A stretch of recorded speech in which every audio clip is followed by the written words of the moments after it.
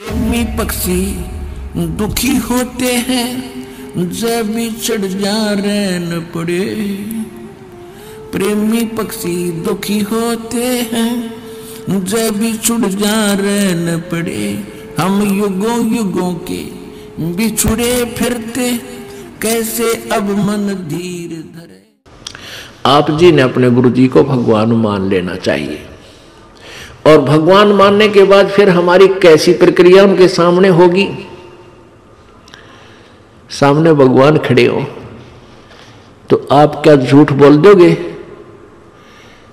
आप क्या बीच जैसे कोई मर्यादा तोड़ के आया हुआ है, भाई शराब पी ली आदि था, बीड़ी पी गया या कोई और आन उपासना कर ली, किसी भी कारण से नाम खंडित किया है यानी भक्ति मार्ग से भ्रष्ट हुआ है और फिर यहां आता है।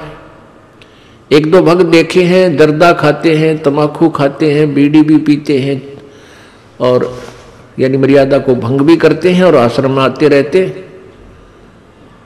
तो उनको ये सोचना चाहिए कि आप कहाँ जा रहे हो। गुरु जी भगवान के पास जा रहे हैं और परमात्मा अंतर्यामी होता है, सारी देख लेता अंदर से। ऐसे आपके मन में ये भावना होनी चाहिए। तो फिर आप जब गुरु जी को भगवान मान कर जाओगे तो आपके हृदय में ये भी होगा कि परमात्मा अंतर्यामी है और तेरे अंदर के दोष से परिचित है, इसलिए अपने दोष को उजागर कर दूं, बता दूं, उसका समाधान हो जाएगा, उसको दोबारा उपदेश दे दिया जाएगा। नहीं तो आता रहेगा जाता रहेगा, व्यर्थ में अपना पैर घिसाई करता है या कोई लाभ उस व्यक्ति को नहीं होगा। ये एक खेल का मैदान है, ये परमात्मा वाला अखाड़ा है, ये खेल का मैदान है। जैसे बच्चा खिलाड़ी खेल में सेलेक्ट होता है और सेलेक्ट होने के बाद उसको मर्यादा बताई जाती है कि तुम ये फाउल हो जाएगा यदि तुमने ऐसा किया तो, और वो खिलाड़ी फाउल हो जाता है, कोई नियम तोड़ देता है, उसको फाउल कर देते, बाहर निकाल देते। इसी प्रकार आप जो मर्यादा भंग कर दोगे आप फाउल होगे तो आप वार कर दिए। और परमात्मा का ऑटोमेटिक संकेत है, वो ऑटोमेटिकली यानी स्वतः आप परमात्मा के मार्ग से दूर हो जाओगे, फिर आपको कोई लाभ नहीं होना। तो क्या बताते हैं प्रभु हमारे लिए ये अमृतवाणी छोड़कर गए हैं। गुरु मानुष कर जानते ते नर कहिए अंध, होए दुखी संसार में आज्ञा काल के फंद। गुरु गोविंद दोनों खड़े किसके लागू पाए, बलिहारी गुरु अपना जिन गोविंद दियो मिलाए। अब देखो कितनी प्यारी वाणी है परमात्मा की। इसको समझना है कि एक तरफ गुरुजी खड़े हैं, दूसरी तरफ भगवान। आप किसके चरणों में लगोगे? स्वयं ही उसका उत्तर भी दिया है कि मैं तो अपने गुरुजी के चरणों में लगूंगा, क्योंकि उन्होंने ही मुझे भगवान मिलाया है। गुरुजी नहीं होते तो भगवान सौ कोस था मेरे तक। अब जैसे एक एग्जाम्पल देते हैं, उदाहरण आपको देते हैं। जैसे हमने जल को समझ लिए भगवान, एक प्यासे को जल की आवश्यकता है, तो हम प्यासे हैं प्रभु के, हमें उस प्रभु रूपी जल की आवश्यकता है। तो जल तो समझो भगवान और एंड पंप समझो गुरु। एंड पंप जो नल होता है, जैसे हाथ से चलाते हैं उसको समझो एक, ये तो हमारे गुरु हैं और उन्होंने पानी मिला दिया, हमें पानी प्राप्त करा दिया। तो पुण्यात्मा परमात्मा कहते हैं कबीर हरि के रूठता गुरु की शरण में जावे, कहे कबीर गुरु रूठ गए तो हर ना होत सहाय। अब पुण्यात्माओं जैसे जिस प्राणी के पुण्य अधिक होते हैं तो वो सुखी नजर आता है, उसकी बढ़िया नौकरी भी होती है, व्यवसाय अच्छा होता है, या अपना कोई कार्य बहुत अच्छा होता है, बच्चे भी ठीक हैं, अच्छा उसका जो है ठीक व्यवस्था बनी हुई है। तो सब ये कहते हैं भाई इसका राम राज्य है, इसका भगवान प्रसन्न है इसके ऊपर। और जिसके ऊपर आपत्तियों पर आपत्ति आ रही है वो स्वयं कहता है कि मेरा राम रूठ गया, मेरा भगवान रुष्ट हो गया, मेरा भगवान रुस गया, इसलिए मेरे ऊपर दुख आ रहे। तो पुण्यात्माओं, पुण्य से सुख होता है और पाप से दुख होता है। जिस व्यक्ति के पुण्य समाप्त हो गए और पाप बढ़ गए उसको दुख शुरू हो गया। आपके पुण्य अक्षीण होने से आपको दुख शुरू हो गया। आप कहीं कार्य कर रहे हो खेतों में, आप एक मटका पानी का घड़ा भर के ले गए और वो पी लिया, समाप्त हो गया। आपको पानी की आवश्यकता पड़ी, पानी जल के अभाव से आपको कष्ट शुरू हुआ। आप कहां जाओगे? हैंड पंप पर जाओगे और फिर हैंड पंप की सेवा करके, यानी एक मजदूरी करके, और फिर जल फिर भर लाओगे। आप फिर उस जल के अभाव से दुखी थे, जल प्राप्त हो गया, फिर सुखी हुए। जब आपके पुण्य खत्म हो गए, आपका राम रुस गया, आपका भगवान रुष्ट हो गया, आपत्तियां शुरू होगी। उसका क्या समाधान है? कबीर हरि के रूठ जा, गुरु की शरण में जावे, कहे कबीर गुरु रूठ गए तो हर ना करे सहाय। आपका राम रूठ गया, आपका भगवान रुष्ट हो गया, आपके पुण्य समाप्त हो गए, आप दुखी हुए। गुरु रूपी हैंडपंप के पास जाओ और उनकी सेवा करो, वहां से पुण्य फिर भर लाओ, फिर सुखी हो जाओगे।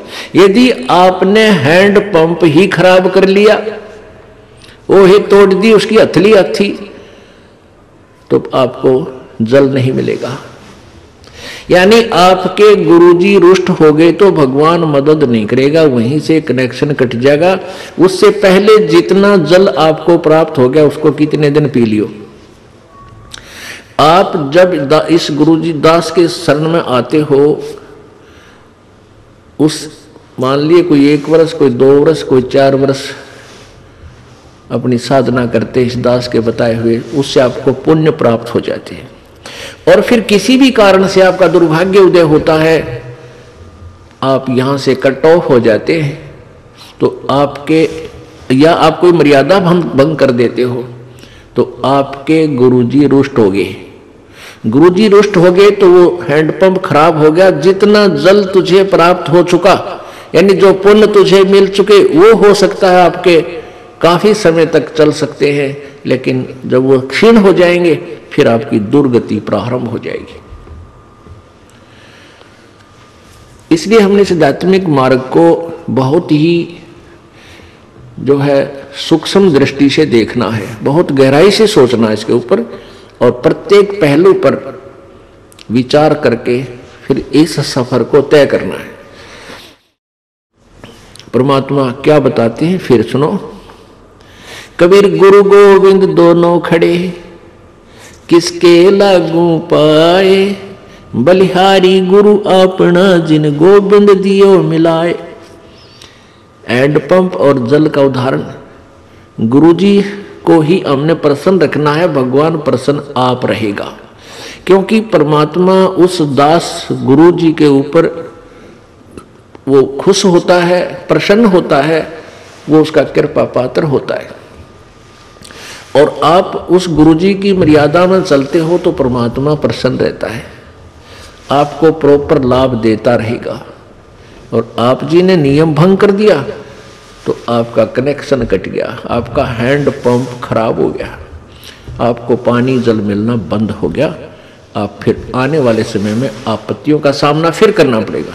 इसलिए प्रभु कहते हैं, कबीर हरि के रूठते गुरु की शरण में जावे, कहे कबीर गुरु रूठ गए तो हर ना करे सहाय।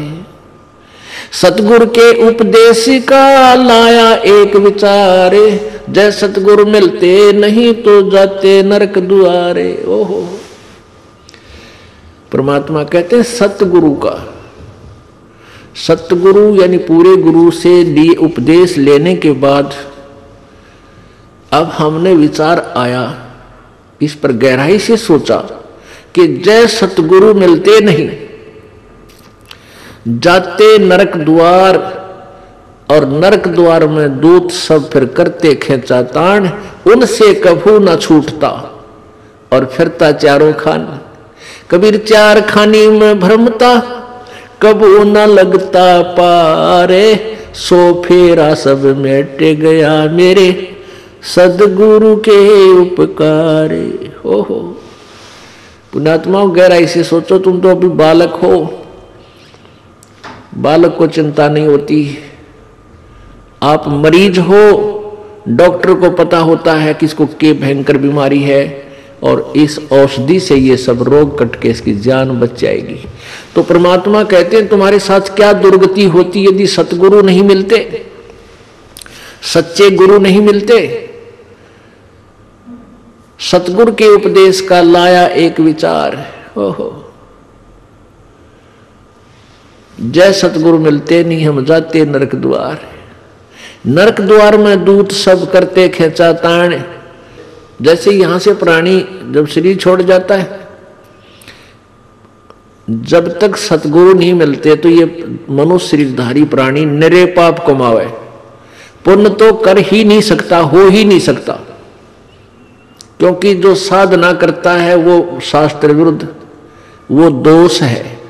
गीता जी अध्याय नंबर 16 के श्लोक नंबर 23 में कहा है कि शास्त्र विधि को त्याग कर जो मनमानी पूजा करते हैं, मनमाना आचरण करते हैं, उनको न तो कोई सिद्धि प्राप्त होती है, ना कोई सुख होता है, ना उनकी गति होती है। फिर इससे सिद्ध है कि यूज।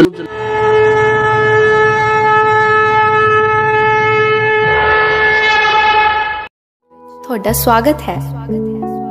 इस चैनल ਨੂੰ सब्सक्राइब करो ते इस चैनल ते असी पॉजिटिव, स्पिरिचुअल ते रूह ਨੂੰ सुकून देने वालियां वीडियोस अपलोड करांगे। आओ सारे रल मिल के इस चंगियाई ਨੂੰ ਅੱਗੇ ਵਧਾਈਏ। धन्यवाद।